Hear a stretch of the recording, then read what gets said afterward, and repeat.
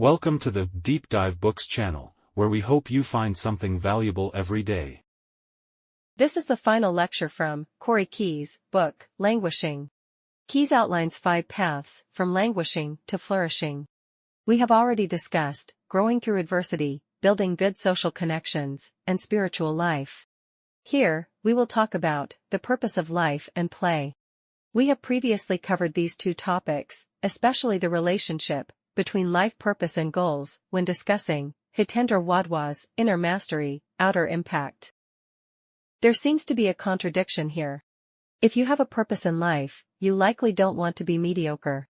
You probably have lofty ideals.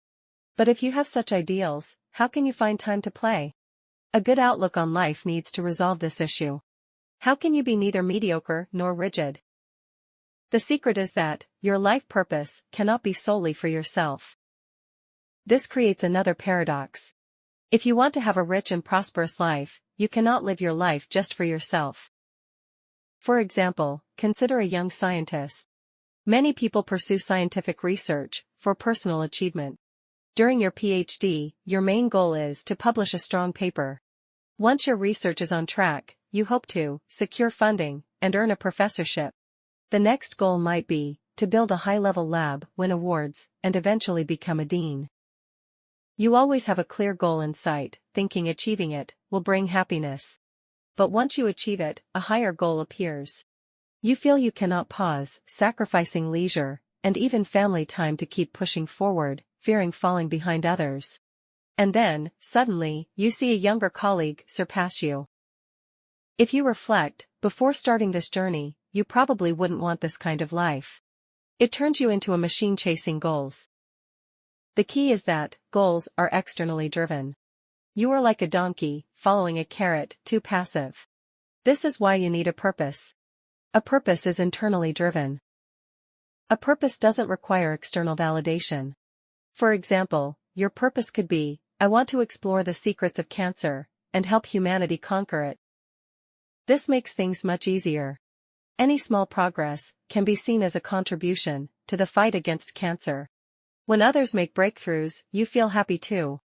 Even if you retire, as long as the cause continues, you still feel fulfilled. In this process, you can fully enjoy life. After all, conquering cancer is not something you can do alone, and even with all your efforts, your contribution may not be significantly large. There are many uncertainties. Sometimes stepping back and having fun can lead to breakthroughs. So you find peace of mind. What is there to be anxious about? You might think, this seems unrealistic.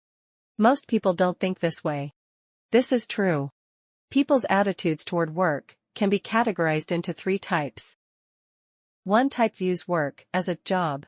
They work just for the paycheck and benefits, trading time for money, and anything else seems superfluous. People with this view typically hold lower-end jobs. Another type sees work as a career. This involves discussing one's career path. They have a promotion system, continuously striving for advancement, gaining prestige and status. Work provides not only money, but also a sense of accomplishment, enhancing their self-narrative. This is characteristic of mid to high-end jobs. The third type considers work a vocation or calling. They do this work not just because they want to, but because they feel compelled to do it. If they don't step in, they fear the world will face issues. People in all job levels have this mindset, and they, rather than those simply polishing resumes, are the backbone of society. Finding your life purpose means discovering your calling. Key states that a life purpose must meet 3 conditions. 1. You do this for others, and for the world. 2. You have the talents and skills to do it. 3. This work reflects who you are. Statistics show that about 29% of people view their work merely as a job, 56% as a career, while 15% to 30% see it as their calling. If you belong to the latter group, congratulations. You are fortunate. Research indicates that you experience less stress, maintain a more positive mood, have better health, exhibit greater resilience in adversity, and possess stronger execution, memory, and overall cognitive abilities. When you grow old, you'll spend less time in the hospital. You are flourishing. To borrow a classic Chinese saying, revolutionaries are forever young. However, the concept of revolutionaries, including calling and life purpose, is not rooted in Chinese culture. The notion of a calling comes from the Christian tradition, where God calls someone to a task, allowing them to act, without concern for personal gain. Modern Chinese revolutionary thought stems from the West, which is essentially a product of Christian ideas. Ordinary Chinese citizens typically do not have such aspirations. Chinese tradition focuses on living well and day-to-day thinking. We often talk about contributing to family, clan, or country, rather than contributing to cancer research. Keyes shares a compelling example.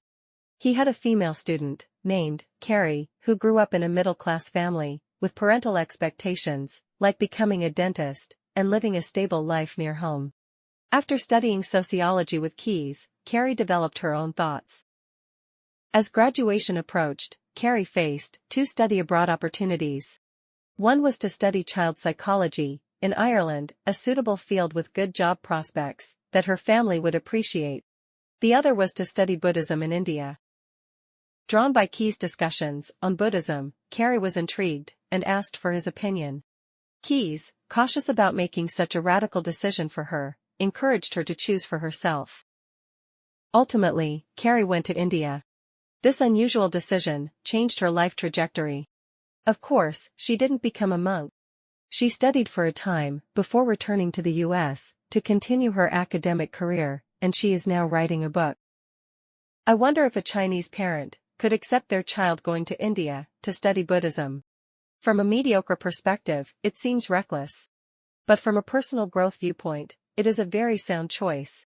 Such adventures in youth become capital for life.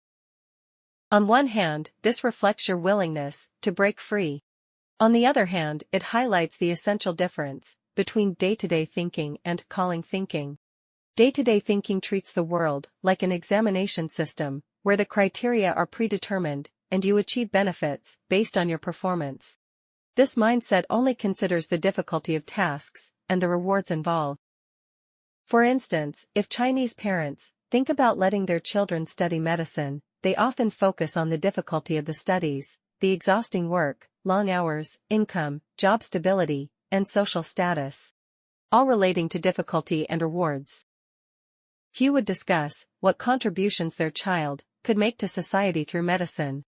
When parents talk about their jobs, they usually focus on challenges and rewards, rather than contributions. While this reasoning is valid, it implicitly positions you as a beneficiary of order, rather than as a contributor. This leads us to the Asian American paradox that Keyes discusses. Asian Americans are often seen as the model minority in U.S. society, with the highest median family income, academic achievements, and low crime rates. Keyes' research shows that Asian American students experience relatively low rates of mental health issues. All this is positive. Yet Keyes finds that the flourishing level among Asians is generally low, or even very low. The proportion of Asian students who languish is quite high. In fact, even without Keyes mentioning it, we already know this. The remarkable achievements of East Asians, especially those from China, Japan, and Korea, in the U.S. do not match their income and educational levels. How many CEOs of major companies in the U.S. are of Chinese descent? Among the numerous scientists and thinkers making new discoveries, how many are of East Asian background? There are very few. Why is this? It is not due to racial discrimination. After all, Indian Americans are performing much better. If Black individuals had the same IQ as Chinese Americans, they would have long been winning Nobel Prizes. I believe the primary reason is day-to-day thinking. We overly emphasize concrete, immediate goals, and disregard the calling that lies ahead. Parents have very specific expectations for their children. You must score a certain number, rank highly, attend a good university, and find a stable job. This path leads to mediocrity. Keyes says that Asian children are driven by these concrete goals from a young age. No matter how well they perform, parents always present the next, more perfect target. This is why many gradually lose their motivation and become languishing. Of course, day-to-day thinking has its advantages. For example, after retirement, many Chinese elders, if not facing financial issues, tend to enjoy life more than Americans. Traveling and engaging in activities, like square dancing, can lead to a fulfilling life. Many people in their 50s eagerly anticipate retirement, without linking their identity to their work. Conversely, individuals who place high importance on their jobs may experience a crisis of meaning after retirement. This is common in the US, and Keyes argues that it reflects societal issues, rather than the individuals themselves. Modern societal structures have not adapted to the reality that many people will live long after retirement. In fact, individuals in middle age can discover new callings. Perhaps you possess an important talent you're unaware of, or you've long wanted to switch careers. It's never too late to start. However, our day-to-day thinking also has a downside. It often lacks a true spirit of play. This is also true. In the US, increasingly, adults engage in leisure activities that fall into two misconceptions. One misconception is turning leisure into a checklist or performance activity. Traveling involves meticulous planning, booking flights and hotels, and hitting every tourist spot, as if achieving new milestones, while rarely allowing oneself to truly experience local culture and context. Social gatherings and activities often focus more on staged photos than genuine enjoyment. Another misconception is the excessive reliance on passive entertainment. Whether it's watching scenery from a car, lying at home watching TV, or scrolling through your phone, none require active engagement. But the true benefits of play lie in social practice for children, and the stimulation of creativity and adventure for adults. During the Tang and Song dynasties, Chinese entertainment activities were far richer than today. You could practice archery, play polo, write poetry, create music, and dance. The Han people were naturally inclined to singing and dancing. It was only after the rise of Neo-Confucianism and the formalization of the imperial examination system that Han life became dull, and able to sing and dance became a description reserved for minorities. Keyes believes American society is evolving in this direction. That concludes Languishing. Languishing is an increasingly common mental state, but flourishing can always be your choice. If you feel there is value in this, please like, subscribe to this channel, and leave your thoughts or suggestions in the comments section. Let's grow together and read more good books.